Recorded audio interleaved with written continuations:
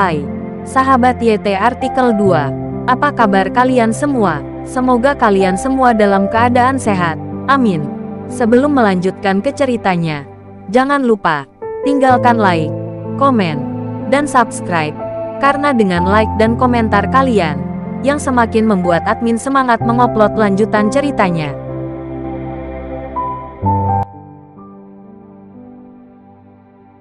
Episode 184.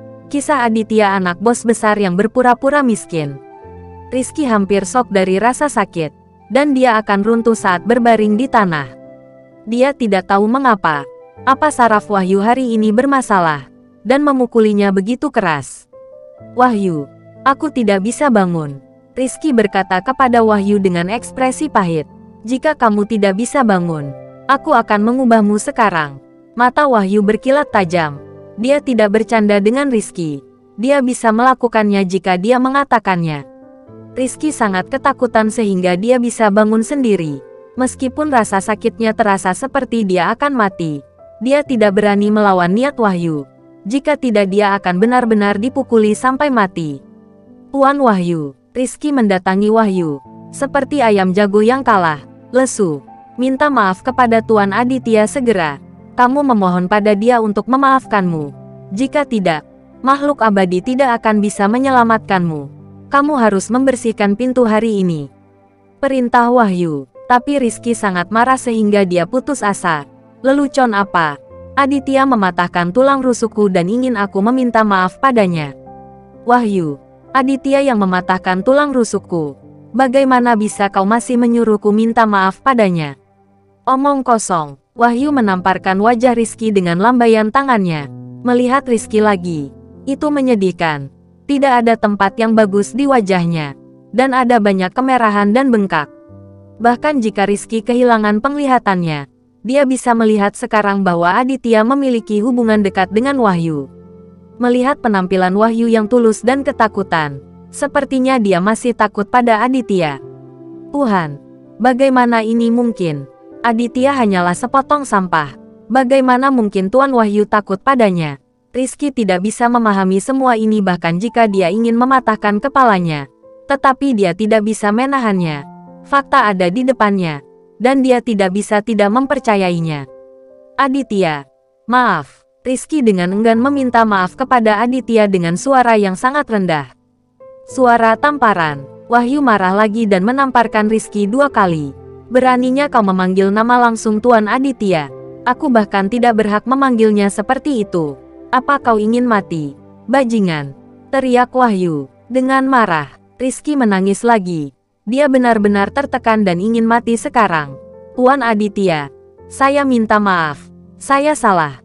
Rizky menangis kepada Aditya. Aditya mengerutkan kening. Rizky benar-benar membencinya. Apakah ini laki-laki juga? Menangis di setiap kesempatan terlalu tidak menjanjikan. "Bukan, Rizky. Kamu tidak sebaik wanita tua," Aditya berkata kepada Rizky, yang sangat terdiam.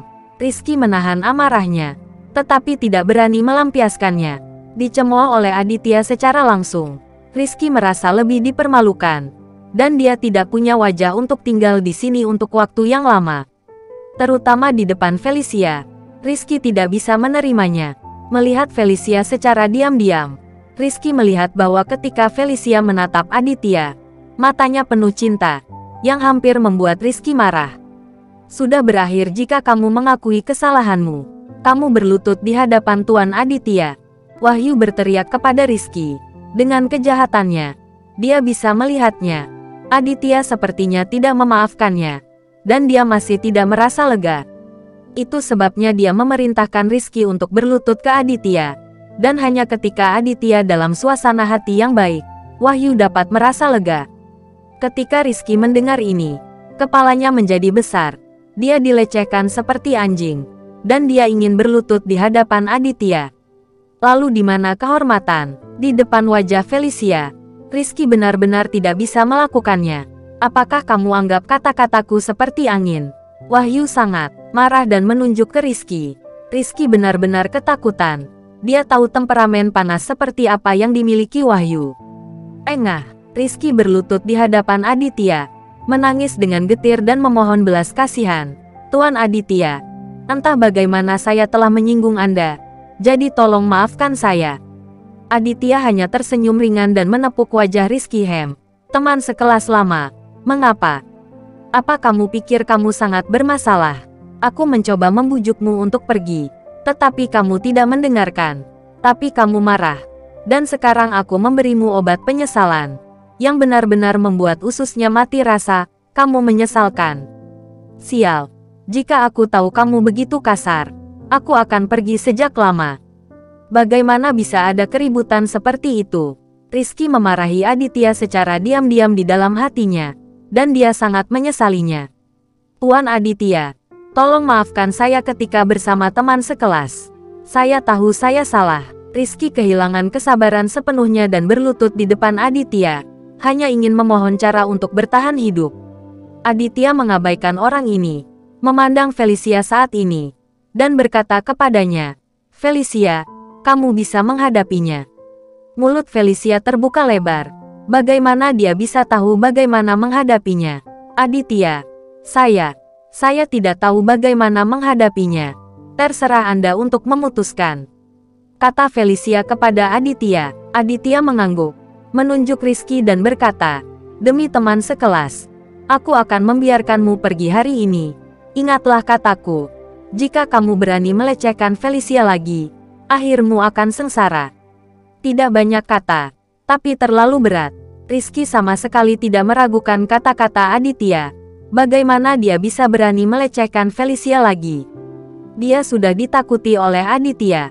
Jangan khawatir, Tuan Aditya. Walaupun aku dipinjamkan 100 keberanian, aku tidak akan berani main-main lagi. Rizky mengangguk dengan penuh semangat. Aditya mengabaikan pria ini dan melambaikan tangannya, menunjukkan bahwa dia bisa keluar. Rizky hanya benci orang tuanya kehilangan dua kakinya. Dia sangat ketakutan sehingga dia bergegas keluar dari kantor, memegangi tulang rusuknya, masuk ke mobilnya sendiri, dan pergi ke rumah sakit. Aditya dapat melihat dengan jelas melalui pintu. Rizky juga cukup yakin bahwa dia masih bisa mengemudi setelah menderita cedera serius. Wahyu sangat gugup. Dia menggosok kedua tangannya yang besar, gemetar di depan Aditya.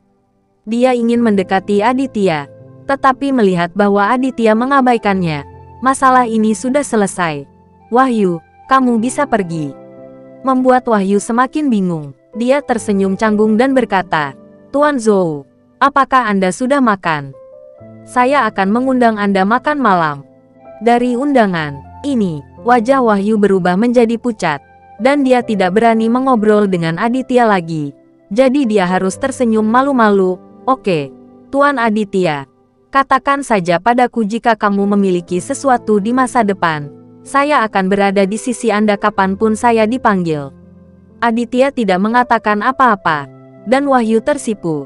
Jadi dia harus pergi dari sini bersama Widya.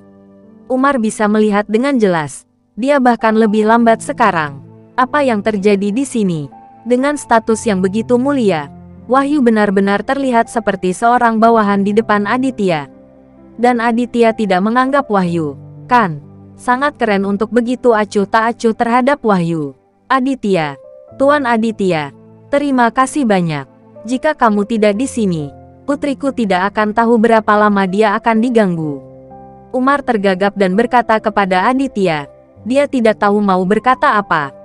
Aditya memandang Umar dan tersenyum sedikit. Paman Umar, kamu bisa memanggilku dengan sebutan Aditya saja. Tidak, beraninya aku. Bahkan orang yang berbakat seperti Wahyu harus memanggilmu Tuan Aditya. Umar menjawab dengan gugup. Hehe, itu berbeda. Kamu adalah ayah Felicia, dan selalu lebih tua dariku. Aditya tersenyum acuh tak acuh. Singkatnya, Umar mengatakan bahwa hatinya indah.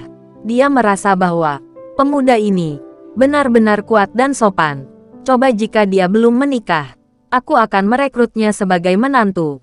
Felicia, ayah, pergi ke lokasi konstruksi dulu. Kamu bisa mengobrol dengan Aditya, kata Umar kepada Felicia. Oke, Felicia mengangguk dan setuju. Tetapi jantungnya sudah berdetak sangat cepat. Setelah Umar menyapa Aditya, dia meninggalkan kantor. Hanya Aditya dan Felicia yang tersisa. Aditya melihat bahwa wajah Felicia sedikit merah, dan hatinya tenggelam. 2 kali pertama, Felicia telah mengungkapkan kesan yang baik padanya, dan Aditya masih merasakannya.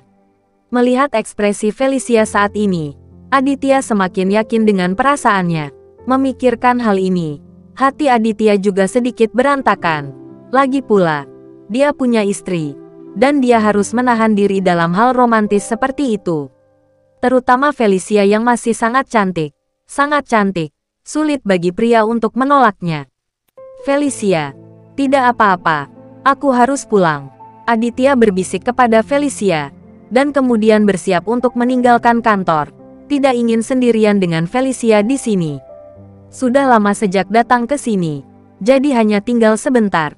Felicia memandang Aditya dan berkata dengan senyum lembut, "Sudah berakhir." Sepertinya Felicia benar-benar punya ide seperti itu. Aditya seperti cermin di hatinya, dan dia tidak bisa menahan diri untuk mengeluh secara diam-diam. Sekarang dia tidak bisa keluar, tetapi tinggal di sini seperti penderitaan. Aditya, sebenarnya, saya tahu bahwa Anda tidak bahagia dengan apa yang disebut rumah tangga Anda, kan? Felicia berjalan di depan Aditya dan bertanya kepada Aditya dengan lembut. Bersambung.